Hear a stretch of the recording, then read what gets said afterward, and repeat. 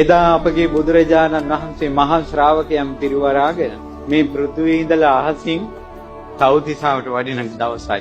අපිට අදෘශ්‍යමාන වූ මහ සුවිශාල වූ පර්වතයක් තියෙනවා, මහා මේරු පර්වතය කියලා. ඒ පර්වතයේ මුදුන වෙන තැන තමයි මේ තව්තිසාව තියෙන්නේ. ඔය මහා මේරු පර්වතයේ පාමුල නන්දෝපනන්ද කියලා නාගරාජයේ දරණලාගෙන හිටියා. අපි රහතන් වහන්සේලා අහසින් වඩිනකොට රහතන් වහන්සේලාගේ පාවල තිබ්බ දූවිලි අහසින් වැටිලා නන්දෝපනන්ද නාගයාගේ ඇඟට වැටුණා. ওই නාගරාජවරු සුළු දෙයක්ක් තිපෙනවා. තමාට අවමන් කළා කියලා හිතනවා.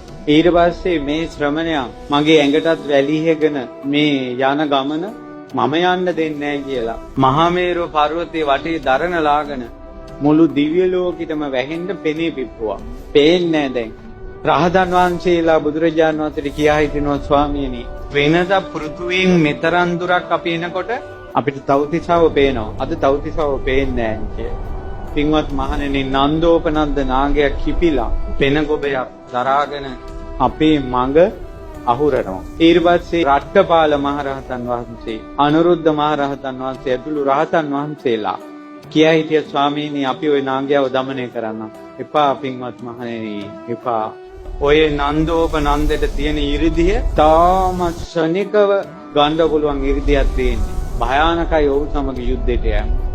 මොග්ගල්ලාන ඔබට ඒක සුදුසුයි. ඒ කියන්නේ වෙන රහතන් වහන්සේලා සමාධියට සංවර්ධිනවටත් වැඩිය වේගෙන් ඇඟෙන් දුම පිට කරලා ඊළඟට ඇඟෙන් ගින්දර පිට කරන්න සමාධියකින් සමාධියකට යන්න ඕන. ඒතර රහතන් වහන්සේ නමක් ඇඟෙන් දුම පිට කරලා ගින්දර පිට කරන තේජෝ ධාතු සමාපත්තියට යන්න කලින් අරය අනිත් 이르දිය පානවා. ඒතර මේ රහතන් වහන්සේට කාලෙ මැදි.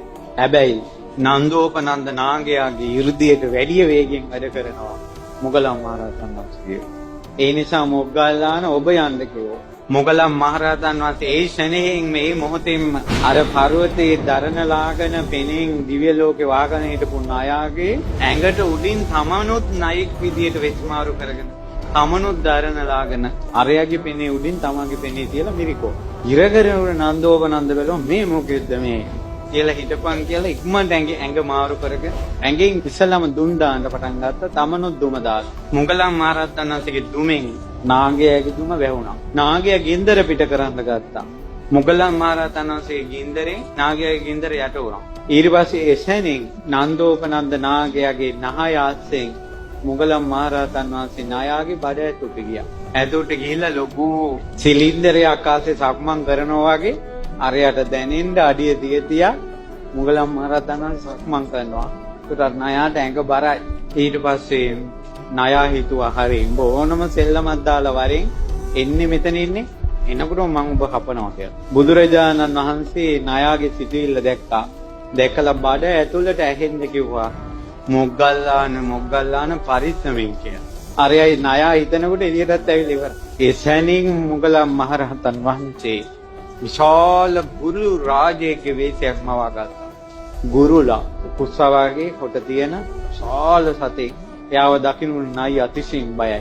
ඒතකොට වේගෙන් අහසේ ඉඳලා පියාසර කරගෙන දැහැ ගන්න ස්වභාවයෙන් එනකොටම ඉක්මනට නාග වේශය අත්හැරලා මානවක වේශයක් කරන් වැඳලා කිව්වා මාව බය කරන්න එපා, මාව බේරන්න මම ඔබ වහන්සේ සරණ යනවා. ඊට පස්සේ කිව්වා මාව සරණ යන්න එපා, බුදුරජාණන් වහන්සේ සරණ යන්න කියලා.